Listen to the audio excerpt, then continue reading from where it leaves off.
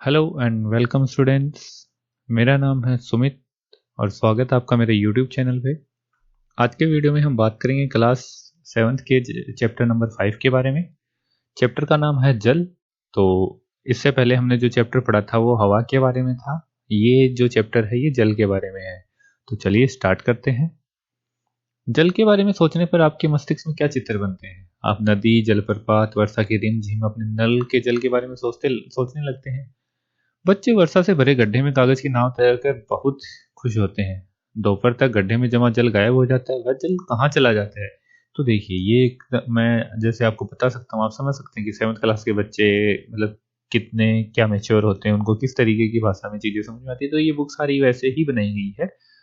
हम जो इसको पढ़ रहे हैं, अगर कोई बच्चा इस वीडियो को देख रहा है तो मैंने उसके तरीके से भी पढ़ाया है, और जो कोई बड़ा देख रहा है तो मैंने उसके तरीके से भी बताया आपको। तो जो इंपॉर्टेंट होगा मैं वो सारे पॉइंट आपको बता दूंगा। तो बाकी देखते हैं। सूर्य के ताप के कारण जल वाष्पित हो जाता है। जो इवेपोरेशन की प्रक्रिया है वो किसकी वजह से होती है? सूर्य के ताप की वजह से, यानी सूर्य की जो गर्मी होती है उसकी वजह से। ठंडा होने पर जलवाष्प संघनित होकर बादलों का रूप ले लेता है। तो जब वही गर्म जल वाष्पित होता है तो जब ठंडा होता है तो वो जलवाष्प का वापस रूप ले लेता है। क्यों ले लेता है? संघनित हो जाता है, कंडेंस हो जाता है, मतलब उसकी जो जो कण होते हैं वो पास पास आ जाते हैं। उसकी वजह से बादलों का रूप ले लेता है। यहाँ से ये वर्षा हिम अथवा सहीम वृष्टि के रूप में धरती या समुद्र पर नीचे गिरता है। तो जो ये वर्षा होती है, जो संघनित होकर जो जलवाष्प बनी है, ये वर्षा के रूप में, बर्फ के रूप में, या फिर ओलों के रूप में धरती पे या फिर समुद्र पे आ जाता है। जिस प्रक्रम में जल लगातार अपने स्वरूप को बदलता रहता है और महासागरों, वायुमंडल में धरती के बीच चक्कर लगाता रहता है, उसको जल चक्कर कहते हैं। अब देखिए यहाँ पे जो पॉइंट बताया गया है कि जिस प्रक्रम में जल लगातार अपने स्वरूप को बदलता रहता है, तो ये एक तरीके का स्वरूप बदलना हो गया। जैसे समुद्र का जल था, वो वाष्प बन के उठा, बादलों में गया, बारिश की बूंद बन के या बर्फ बन के वो कहाँ का जल कहाँ चला गया, या फिर किस प्रकार से उसने अपना रूप परिवर्तित किया। जलवाष्प थी, वो मतलब वाष्पित हुआ, जलवाष्प बन के पृथ्वी पे नीचे आया, कहीं पे वर्षा के रूप में, कहीं पे बर्फ के रूप में, कहीं पे ओलों के रूप में। तो इस प्रकार से ये जो धरती, वायुमंडल और महासागरों के बीच में जो जल का चक्कर है, इसी को हम जल चक्र कहते हैं। ठीक है। हमारी पृथ्वी थलशाला के समान है। जो जल शताब्दियों पूरा उपस्थित था वही आज भी मौजूद है। अब देखिए यहाँ पे पॉइंट बताया गया है कि मतलब हमारी पृथ्वी पे जो जल लगभग 100 साल 200 साल पहले था वो आज भी मौजूद है। बस उसका ये हो गया कि उसका या तो स्थान परिवर्तित हो गया, या फिर उसकी जो फॉर्म थी, जो उसका रूप था, वो परिवर्तित हो गया। जैसे कि जिस जल का प्रयोग आज हम हरियाणा के खेत में सिंचाई के लिए कर रहे हैं, हो सकता है कि वह सैकड़ों वर्ष पहले अमेजन नदी में बहता हो। तो हो सकती है ना ये चीज, क्योंकि बारिश के द्वारा या फिर जो बर्फ होती है उसके द्वारा ये मतलब कहीं का जल कहीं पे भी आ गया होगा। तो हो सकता है कि जो हरियाणा में जो मतलब ये तो एक एग्जाम्पल दिया गया है कि हरियाणा में जिस से सिंचाई कर रहे हैं, क्या पता कि वो 100 साल सैकड़ों साल पहले अमेजन नदी में बहता हो। तो सकता है। अब यहाँ पे एक नाम आया थलसाला, आपने और नाम सुने होंगे बट ये थोड़ा नया नया लग रहा है। तो थलसाला के बारे में यहाँ दिया गया है कि ये छोटे घर के पौधे रखने का कृत्रिम अहाता होता है। मतलब एक ऐसी जगह जहाँ पे हम छोटे पौधों को एक कृत्रिम वातावरण देते हैं। देखिए ऐसा सा होता है कि ये जैसे कांच का जार है, उसमें मिट्टी भर के उसमें पौधे लगा दिए और ऊपर से ढक्कन बंद कर दिया। तो ये एक प्रकार से क्या हो गया? थलसाला जैसा ही हो गया। ठीक है। एलावन जल के मुख्य स्रोत नदी, ताल, सोते एवं हिमनद है। देखिए पृथ्वी पे जल बहुत है, ऑलमोस्ट हमारी पृथ्वी जल से ही भरी हुई है, बट हमारे जो पीने के लिए जल है ना वो बहुत बहुत कम मात्रा में बह जाता है। इसीलिए हम इतना पानी होने के बाद में भी पानी की कमी महसूस करते हैं। तो वही बात यहाँ बताई गई है कि एलावन जल के मुख्य स्रोत कौन कौन से हैं? नदी है, तालाब है, छोटे जो सोते होते हैं वो है, और हिमनद है, मतलब ग्लेशियर्स। महासागरों एवं समुद्रों का जल लवणीय होता है। इसमें अधिकांश नमक सोडियम क्लोराइड या खाने में उपयोग किए जाने वाला होता है। तो जो समुद्रों का और महासागरों का जल है वो लवणीय होता है, मतलब उसमें नमक पाया जाता है। आप देखते भी हैं कि हम उसी से उसमें कितना नमक पाया जाता है, उसी से नमक बनाया भी जाता है। तो जो उसमें नमक होता है वो कौन सा होता है? वो मुख्यतः जो खाने वाला NaCl या सोडियम क्लोराइड जो हम घर पे उपयोग में लेते हैं वही होता है। ठीक है। अब आता है, ये मैं आपको थोड़ा ऐसे करके दिखा देता हूँ। हाँ देखिए, ये दे रखा है कि ये वर्ल्ड का मैप दे रखा है, ठीक है। ये उत्तरी अमेरिका है, ये दक्षिण अमेरिका है, अफ्रीका है, ये एशिया है और ये ऑस्ट्रेलिया है, यही महाद्वीप है। अब यहाँ पे महासागर दर्शाए गए हैं। पहला कौन सा है? प्रशांत महासागर, ठीक है। सेकंड कौन सा है? उत्तरी अटलांटिक महासागर, फिर दक्षिणी अटलांटिक महासागर, फिर हिंद महासागर और ये प्रशांत महासागर। अब ये दोनों साइड आप नोटिस कर रहे हैं, दोनों साइड महासागर क्यों दिखा रहा है?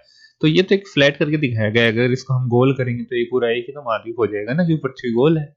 तो उस हिसाब से ये दक्षिणी महासागर है, ठीक है, और ये आर्कटिक सागर है। इस प्रकार से ये सारे के सारे महासागर दर्शाए गए हैं। अब ये प्रशांत महासागर कहाँ कहाँ फैला हुआ है? ये उत्तरी अमेरिका के पास भी फैला है और दक्षिण अमेरिका के पास भी फैला है, इधर ये ऑस्ट्रेलिया के पास भी फैला हुआ है। हिंद महासागर कहाँ? ये भारत के जो नीचे की साइड है उधर फैला हुआ है। दक्षिण अटलांटिक अफ्रीका और दक्षिण अमेरिका के बीच में है। उत्तरी अटलांटिक अफ्रीका और ये उत्तरी अमेरिका के बीच में है। आर्कटिक सागर कहाँ है? ये ध्रुव पे है। दक्षिणी महासागर दक्षिणी ध्रुव की साइड आएगा। तो इस प्रकार से ये सारे के सारे हमें बताए गए हैं, ठीक है। नेक्स्ट चलते हैं। अब ये तो मतलब एक समझाने के लिए एज ए रेफरेंस दिया गया है कि आपको पता हो कि महासागर कहाँ कहाँ पे कैसे कैसे पाए जाते हैं, ठीक है। नेक्स्ट आता है जल का वितरण, कि जल किस प्रकार से हमारी पृथ्वी पे अलग अलग हिस्सों में बटा हुआ है, ठीक है। हम सभी जानते हैं कि पृथ्वी की सतह का 3/4 भाग जल से ढका हुआ है। यदि धरती पर थल की अपेक्षा जल अधिक है तो अनेक देशों में जल की कमी का सामना क्यों करना पड़ता है? ये क्वेश्चन कर रहा है, जो बात मैंने अभी आपको थोड़ी देर पहले बताई थी। मैं वैसे इसका आंसर दे चुका हूँ आपको कि हम जल की कमी का सामना क्यों करते हैं, लेकिन यहाँ पे एक क्वेश्चन आ गया है, क्या पृथ्वी पर मौजूद संपूर्ण जल हमारे लिए उपलब्ध है? निम्नलिखित तालिका में जल वितरण का प्रतिशत दिया गया है। अब देखिए, ये जो दी गई है सारणी दी गई है, तालिका दी गई है, इसमें बताया गया है कि जल कितना कितना और कहाँ कहाँ पे है। तो देखिए, महासागर जो है उनमें 97.3%, 97.3% जल कहाँ पे है? महासागरों में है। फिर जो बर्फ के छत्रक हैं, मतलब बर्फ से ढके हुए जो एरियाज हैं, वहां पे कितना है? 0, मतलब 2.0, 2 पॉइंट यहाँ हो गया, 97 यहाँ हो गया। भूमिगत जल कितना है? 0.68%। झीलों का एलवन जल कितना है? ये तो 0.009% है। इसलिए समुद्र एवं नमकीन झीलें 0.009। और वायुमंडल में तो और भी कम, और नदियों में तो बस ना के बराबर ही है। तो आप सोच सकते हैं कि हमारी पृथ्वी पे इतना पानी है कि जितनी नदियां हम देखते हैं बड़ी बड़ी, उनका जो जल है वो 0.0001% है। अब इतना जल होने के बावजूद भी हमारे पास जल की कमी क्यों महसूस होते हैं हमें? क्योंकि जो मोस्ट ऑफ द जो जल है वो या तो महासागरों में है, जो लवण मतलब नमक से भरा पड़ा है, तो वो हमारे किसी भी काम का नहीं है, या फिर बर्फ के छत्रक के रूप में, मतलब बर्फ के रूप में ध्रुव प्रदेश जो है वहां पे है सारा का सारा। अब हमारे पास जो बाकी का जो ये जितने भी ये सारी चीजें बचती हैं हमारे लिए, जो जिस जल को हम उपयोग कर सकते हैं, इसको छोड़ के, तो अब ये देखिए कितना की है। अब इस इतने जल में हम, ऑब्वियस ही बात है ना, ये जल की कमी महसूस करेंगे। और फिर भी अगर हम जल को प्रदूषित करते हैं, जल का सही ढंग से उपयोग नहीं करते, तो हमें कितनी ज्यादा परेशानियों का सामना करना पड़ेगा, ठीक है। अब आप बार बार एक नाम सुन रहे हैं, लवणता, लवणता, लवण। तो ये क्या है कि लवणता या सॉलिनिटी क्या होती है कि 1000 ग्राम जल में मौजूद नमक की मात्रा को हम लवणता बोलते हैं। महासागर की औसत लवणता 35 भाग प्रति 1000 ग्राम है। मतलब अगर 1000 ग्राम जो जल है तो उसमें 35 जो भाग होगा ना, वो मतलब नमक का होगा, यानी 1000/35। इस प्रकार से आप इसको देख सकते हैं, ठीक है। इजराइल के मृत सागर में 340 ग्राम प्रति लीटर लवणता होती है। यानी कि अगर 1 लीटर जल है, जो इजराइल का डेड सी है, मृत सागर है, अगर वो 1 लीटर हम लेते हैं ना, तो उसमें 340 ग्राम तो नमक ही निकलेगा, बाकी का जो पीछे बच जाता है वो जल होगा। तो अब आप सोच सकते हो कि इसमें ये कितना ज्यादा खारा होगा। तैराक इसमें पल कर सकते हैं, क्योंकि नमक की अधिकता इसे सघन बना देती है। मतलब इसमें डूबते नहीं है लोग। पल्लू का मतलब होता है फ्लोट। अगर हम इसके ऊपर तैर सकते हैं तो इसमें डूबेंगे नहीं। क्यों नहीं डूबेंगे? क्योंकि जो नमक की अधिकता है ना, वो इसको सघन बना देती है, मतलब घना बना देती है। पानी के जो बूंदे हैं वो बहुत पास पास में, जो अणु होते हैं वो बहुत पास पास हो जाते हैं नमक की वजह से, इतनी ज्यादा लवणता होने के कारण, ठीक है। जीवन के लिए जल अत्यधिक आवश्यक है। प्यासे होने पर केवल जल ही हमारी प्यास बुझा सकता है। ऐसे में आपको ऐसा नहीं लगता कि लापरवाही से जल का उपयोग करने पर हम बहुमूल्य संसाधन को बर्बाद करते हैं? ऑब्वियस सी बात है, हम बर्बाद कर ही रहे हैं जल को।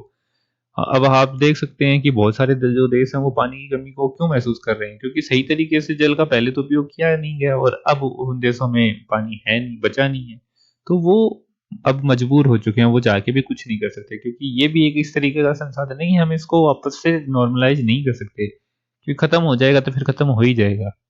ठीक है। अब ये देखिए, ये कुछ न्यूज कटिंग्स है। More than just a problem, coping with water scarcity, water scenario in urban India and Delhi. Every drop count, the water you drink, a drop of life. Many major river in danger of drying out. Ganga among 10 dying rivers. The best way to tackle water scarcity is to catch rainwater where it fall. तो ये सारे के सारे news cuttings दी गई है कि जल बचाना क्यों जरूरी है, और जब जल नहीं होगा तो हमारा जीवन कैसा होने वाला है बिना जल के। ठीक है। अब आता है महासागरीय परिसंचरण। ठीक है, कि महासागर में गतियां किस प्रकार से होती हैं, महासागर किस प्रकार से वर्क करते हैं, उनमें क्या क्या पाया जाता है। समुद्री तट पर नंगे पैर चलने से कुछ जादुई सी अनुभूति होती है। पुलीन पर नम बालू, ठंडी पवन, समुद्री पक्षी, वायु में लवणीय गंध एवं लहरों का संगीत, सब कुछ सम्मोहित करने वाला प्रतीत होता है। ये एक बीच का बताया गया है। पुलीन का मतलब बीच होता है, तो ये एक बीच का दृश्य बताया गया है हमें कि जो समुद्र का बीच होता है वो कैसा होता है, वहां पे हम क्या क्या चीजें देख सकते हैं, महसूस कर सकते हैं। ताल एवं झील के शांत जल के विपरीत महासागरीय जल हमेशा गतिमान रहता है। तालाब और जो झीलों का जल होता है वो स्थिर होता है, मतलब एक जगह स्थिर होता है, तो उसमें वो शांत होगा अगर स्थिर रहेगा तो। लेकिन महासागर का जो जल है वो हमेशा गतिमान रहता है। अब ये कभी शांत नहीं रहता। हाँ, ये चीज हमने देखी है कि जो तालाब हैं, झील हैं, वो फिर भी मतलब ऐसे शांत रहेंगे, उनमें बहुत कम हलचल होती है, लेकिन जो समुद्र का जल है वो कभी भी शांत नहीं रहता।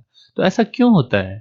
ऐसा महासागरीय गतियों के कारण होता है। ठीक है। अब ये गतियां कौन कौन सी होती हैं? तो ये गतियां होती हैं तरंगे, वेव्स, ज्वार भाटा, टाइड्स एंड धाराएं, जो करंट चलता रहता है महासागर में, वो सारी चीजें। तो तरंगे हो गई, ज्वार भाटा हो गया और धाराएं हो गई। ठीक है। अब यहाँ पे एक दिया गया है कि 22 मार्च विश्व जल दिवस के रूप में मनाया जाता है। ये इंपॉर्टेंट है, जब कोई पूछ ले कि विश्व जल दिवस कब मनाया जाता है, तो 22 मार्च को मनाया जाता है, जब जल संरक्षण की विभिन्न विधियों को प्रबलित किया जाता है। मतलब जल को बचाने की जो विभिन्न सारी विधि है उन पर जोर दिया जाता है, उनको सुदृढ़ करने का संकल्प लिया जाता है कि हम इसको करेंगे, और हम कर भी रहे हैं। लेकिन फिर भी अभी भी इतना नहीं हो रहा है कि हम ये जो पानी की कमी है इसको महसूस करना बंद कर देंगे, या फिर ऐसे लेवल पे आ जाएं कि पानी की कमी महसूस ना हो। तो अभी हमें और जल को संरक्षित करने की आवश्यकता है। ठीक है। अब वो जो 3 गतियां थी उनमें पहली आती है तरंगे। तरंगे उत्पन्न क्यों होती हैं, ये यहाँ बताया गया है कि जब समुद्री सतह पर पवन बहती है तब तरंगे उत्पन्न होती हैं। जितनी ही तेज पवन बहती है तरंगे भी उतनी ही बड़ी होती हैं। तो मतलब जो तरंग, मतलब जो हवा बहती है समुद्र के ऊपर से, वो जितनी तेज होगी ये तरंगे भी उतनी ही तेज हो जाएंगी। ठीक है। समुद्र तट पर गेंद खेलने से समय गेंद जल में गिर जाती है तो क्या होता है, ये दृश्य बहुत ही मनोरंजक होता है कि कैसे तरंगों के साथ गेंद तट पर वापस लौट आती है। ये जो बड़ी गेंद होती है उसकी बात हो रही है, जो हम समुद्र तट पे बहुत से लोगों को ऐसे खेलते देखते हैं उस गेंद से। जब महासागरीय सतह पर जल लगातार उठता और गिरता रहता है तो इन्हें तरंग कहते हैं। तो आपने ऐसे देखा होगा कि जो लहर ऐसे आती है तरंग जैसी, जो लहर आती है वो टकराती है और फिर उठती है, गिरती है, तो मतलब ये प्रक्रिया चलती रहती है। तो इसको हम क्या बोलेंगे? तरंग बोलेंगे। ये दृश्य आपने फिल्मों में, रियल लाइफ में कहीं ना कहीं तो जरूर ही देखा होगा। ठीक है। तूफान में तेज वायु चलने पर विशाल तरंगें उत्पन्न होती है, इनके कारण अत्यधिक विनाश हो सकता है। तो जब तूफान आएगा तो ऊपर बताया गया कि तरंगें क्यों उठती है, क्यों आती है, तरंग क्यों चलती है, क्योंकि जब पवन बहती है तो जो तरंग है वो भी बहती है, मतलब जो लहरें हैं वो भी चलती हैं। अब जितनी तेज पवन होगी, मतलब जितनी तेज हवा चलेगी उतनी तेज तरंग आएगी, लहर आएगी। तो होता क्या, तूफान में तो आपको पता ही है कि कितनी तेज आंधी जैसी ही मतलब हवा चलती है, तो उसकी वजह से बहुत लंबी लंबी लहरें उठती हैं, और उन लंबी लहरों की वजह से बहुत ज्यादा नुकसान होता है।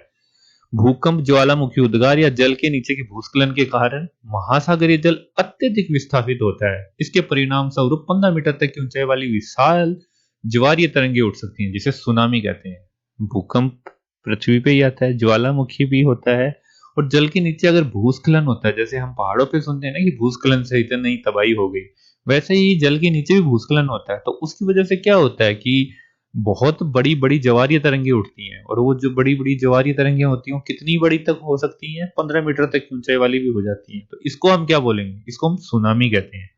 सुनामी नाम आपने सुना होगा कि जब सुनामी आती है तो कितनी तबाही मचाती है। तो वो सुनामी यही होती है। किस वजह से होती है? भूकंप, ज्वालामुखी उद्गार या जल के नीचे भूस्खलन के कारण। ये इसके मेन पॉइंट हैं, मुख्य बिंदु हैं जिनके कारण से सुनामी उत्पन्न होती है। अब तक का सबसे विशाल सुनामी 150 मीटर मापा गया था। अब आप अंदाजा लगा सकते हो 150 मीटर कितनी ज्यादा ऊंचाई होती है ना। ये तरंगे 700 किलोमीटर प्रति घंटे से अधिक की गति से चलती हैं।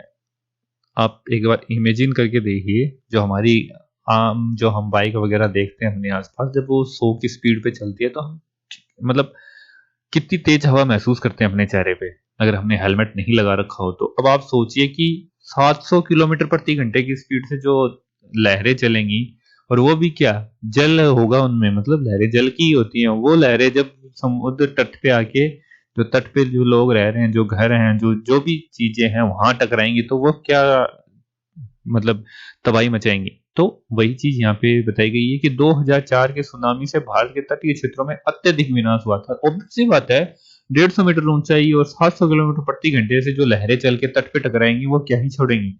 सुनामी के बाद अंडमान और निकोबार द्वीप समूह में इंदिरा पॉइंट डूब गया था, जो हमारा नीचे का सबसे नीचे वाला पॉइंट है ना इंडिया का, जहाँ पे इंडिया एकदम मतलब जो लास्ट पॉइंट है वो इंदिरा पॉइंट है, तो वो डूब गया था उस सुनामी के बाद। ये है कहाँ पे? अंडमान और निकोबार द्वीप समूह में। अब सुनामी का अर्थ दिया गया कि सुनामी जापानी भाषा का एक शब्द है जिसका अर्थ है पोताश्रय तरंगे। पोताश्रय मतलब हार्बर्स, जहाँ पे बड़े बड़े वो क्या बोलते हैं इनको, जहाज आके खड़े होते हैं, तो वो हार्बर होते हैं। हमने नाम तो सुना ही होगा। तो पोताश्रय तरंगे, क्योंकि सुनामी आने से पोताश्रय नष्ट हो जाते हैं। अब इतनी तेज रफ्तार से अगर कोई मतलब लहर आएगी, तो आपको लगता है कि वो गलती से भी जो हमारे बंदरगाह होते हैं या जो हार्बर होते हैं उनको छोड़ेगी? नहीं छोड़ेगी ना। तो इसलिए इसको सुनामी बोला जाता है। हम देखिए यहाँ पे एक केस स्टडी बताई गई है, सुनामी पृथ्वी का तांडव। 26 दिसंबर 2004 को हिंद महासागर में सुनामी तरंगों अथवा पोताश्रय तरंगों के कारण अत्यधिक विनाश हुआ। ये तरंगे उस भूकंप का परिणाम थी जिसका अधिकेंतर सुमात्रा की पश्चिमी सीमा पर था। ये तरंगे क्यों उठी, मतलब ये सुनामी क्यों आई? सुमात्रा सुमात्रा की पश्चिमी जो सीमा थी वहां पे भूकंप उत्पन्न हुआ, और ये भूकंप का जो मतलब तीव्रता थी वो कितनी थी कि 9 पॉइंट मापी गई थी। यानी कि 6-7 पॉइंट का भूकंप बहुत तबाही मचाता है, बिल्डिंग्स गिर जाती हैं, जमीन धंस जाती है, तो वो मतलब काफी तेज होता है, जो हमने पीछे के चैप्टर्स में पढ़ा था। अब आप सोचिए कि ये जो रिएक्टर स्केल था इस पे तो इसकी तीव्रता कितनी 9 मापी गई है, तो अब कितना तेज होगा।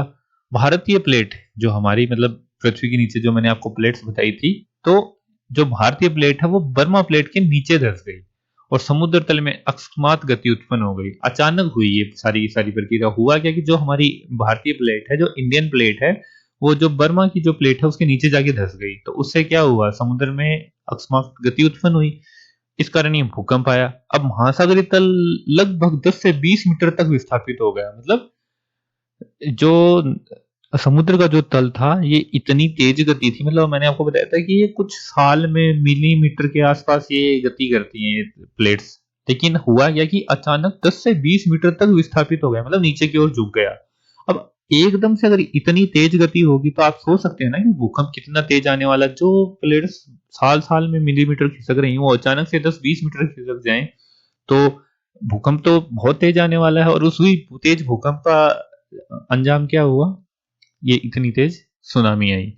इस विस्थापन के कारण नियमित अंतराल को भरने के लिए विशाल मात्रा में महासागरीय जल उसी ओर बहने लगा। अब हुआ क्या कि वहां से 10 से 20 मीटर जल, वो जो महासागर का जो तल था वो नीचे की तरफ झुक गया। अब जो तल झुका उसकी वजह से जो मतलब किसी और साइड का जो जल था वो उस साइड बहने लग गया। अब उस साइड बहा तो बहुत स्पीड से बहा होगा ना, क्योंकि ये गति बहुत अचानक हुई है। अब आप सोचिए कि अचानक किसी साइड कोई चीज झुकेगी तो जो बाकी उस मतलब उस चीज में भरी हुई है वो कोई भी चीज, जैसे मान लीजिए एक छोटा आपने वो देखा होगा फिश टैंक, मान लीजिए वो है, आप उसको एकदम अचानक टेढ़ा कर दोगे तो क्या होगा, कि एक साइड से वो जिधर से झुकेगा दूसरी साइड का जल उधर उस हिस्से को भरने के लिए आएगा, तो वो जल उसके बाहर भी निकल सकता है। तो वही चीज यहाँ पे हुई। फलस्वरूप दक्षिण एवं दक्षिण पूर्वी एशिया के समुद्री तटों से जल बहने लगा। तो अब देखिए, जल है, उसको कोई रास्ते की तो जरूरत है नहीं, वो उसको तो बस गति करनी है, तो उसके बीच में जो भी आया वो उसको बहाता ले गया। भारतीय प्लेट के बर्मा की प्लेट के नीचे चले जाने पर जल वापस समुद्री तट की ओर लौटा। यह सुनामी लगभग 800 किलोमीटर प्रति घंटे की गति से आया।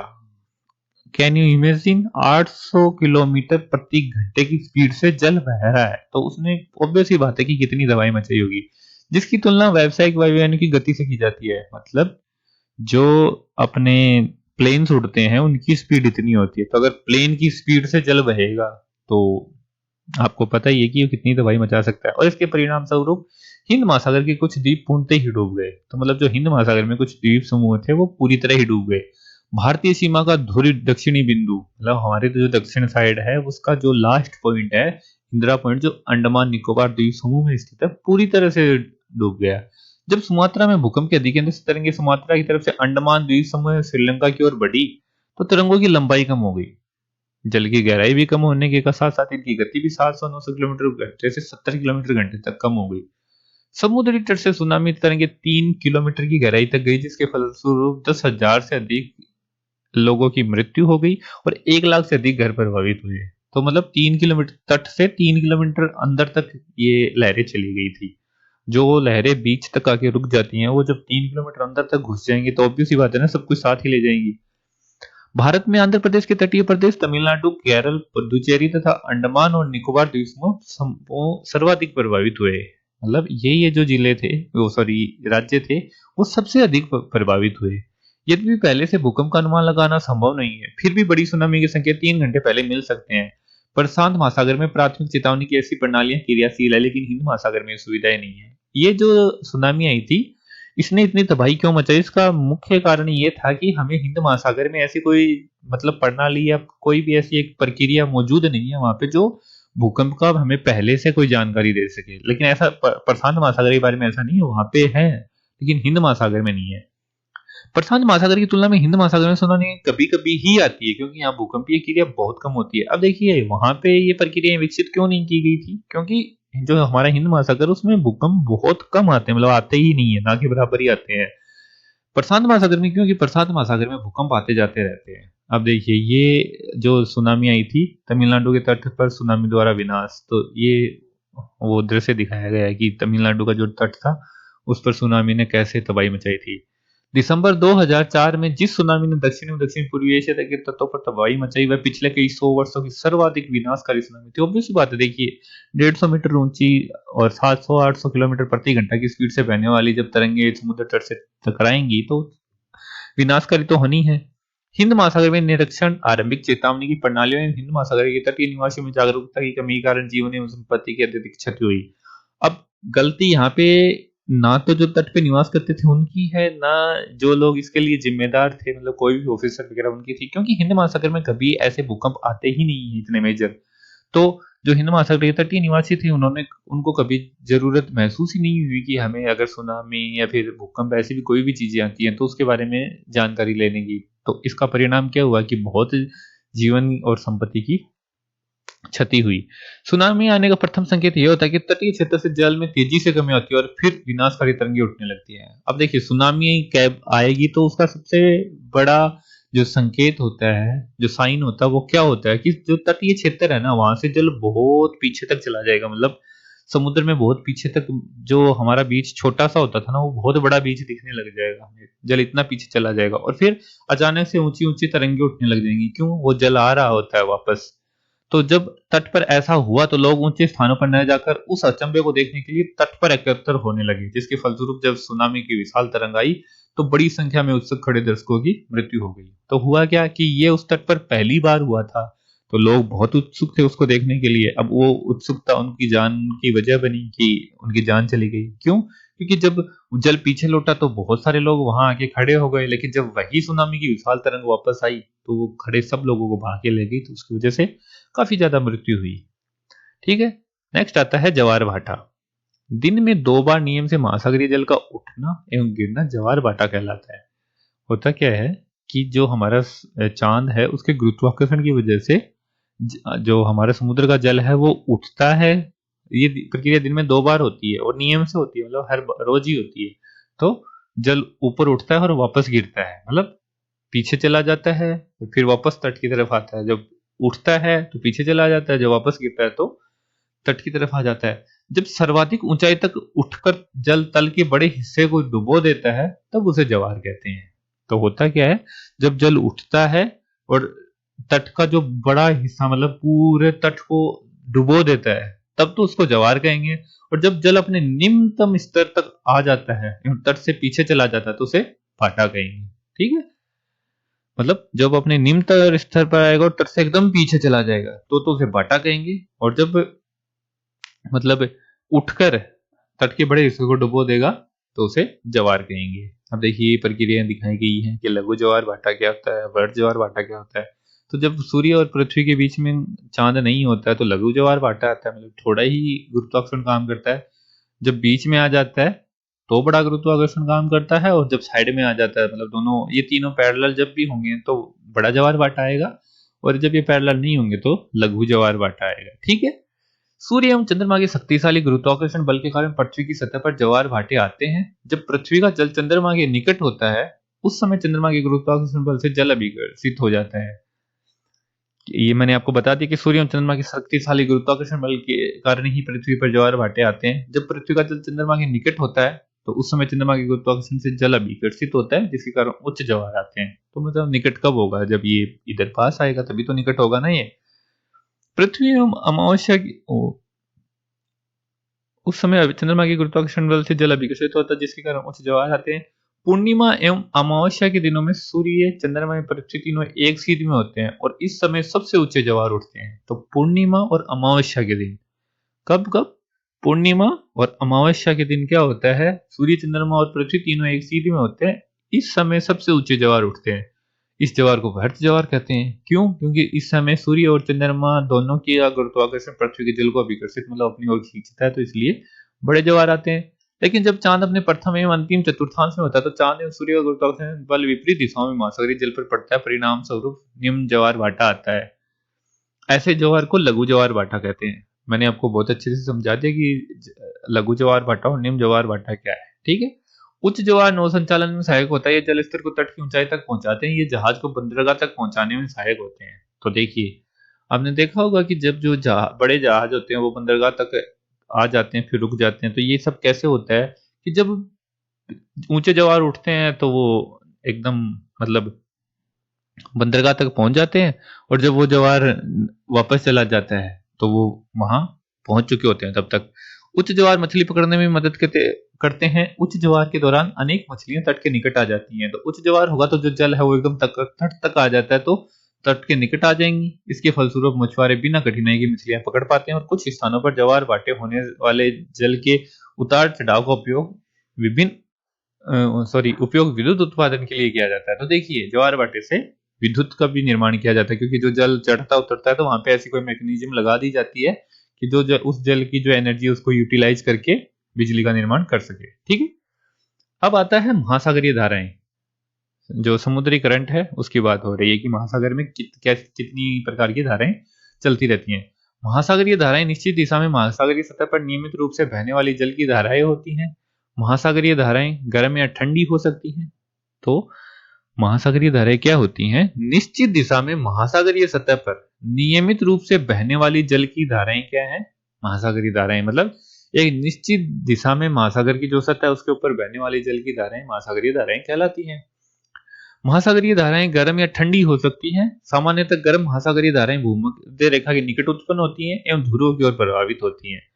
तो महासागरीय धाराएं भूमध्य रेखा के निकट क्यों उत्पन्न होती हैं? क्योंकि भूमध्य रेखा पे जो अपना सूर्य है उसकी किरणें एकदम सीधी पड़ती हैं, तो जल गर्म होगा तो गर्म महासागरीय धाराएं उत्पन्न होंगी। अब ये गर्म से ठंडे की ओर चलेंगी।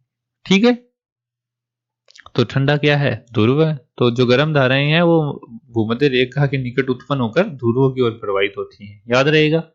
नेक्स्ट आता है कि ठंडी धाराएं ध्रुव या उच्च अक्षांशों से उष्ण कटिबंधीय या निम्न अक्षांशों की ओर प्रवाहित होती है। जो ठंडी धाराएं ध्रुव और उच्च अक्षांशों से ही प्रारंभ होती हैं और आती की तरह उष्ण कटिबंधीय या फिर निम्न अक्षांशों की ओर प्रवाहित होती हैं। लेब्राडोर महासागरीय धाराएं शीत जल धाराएं होती हैं, जबकि गल्फ स्ट्रीम गर्म जल धाराएं होती हैं।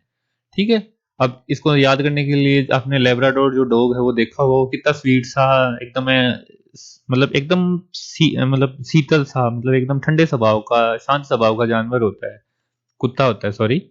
लेकिन जब अब यहाँ पे जो गल्फ स्ट्रीम दिया गया है, तो गल्फ कंट्रीज हम बोलते हैं, कौन से देशों को बोलते हैं कि ये जो रेगिस्तान वाले, दुबई हो गया, सऊदी अरेबिया हो गया, ईरान, इराक, ये जो इस साइड के जो रेगिस्तान वाले हैं, इनको हम गल्फ कंट्रीज बोलते हैं। तो उससे याद रखेंगे गल्फ स्ट्रीम जो धाराएं हैं वो गर्म जल धाराएं होंगी, और लेब्राडोर एक बहुत शांत शीतल सा कुत्ता होता है, शांत स्वभाव का, तो वो कौन सी हो गई, वो शीत जल धाराएं हो गई। ठीक है, महासागरीय धाराएं किसी क्षेत्र के तापमान को प्रभावित करती हैं।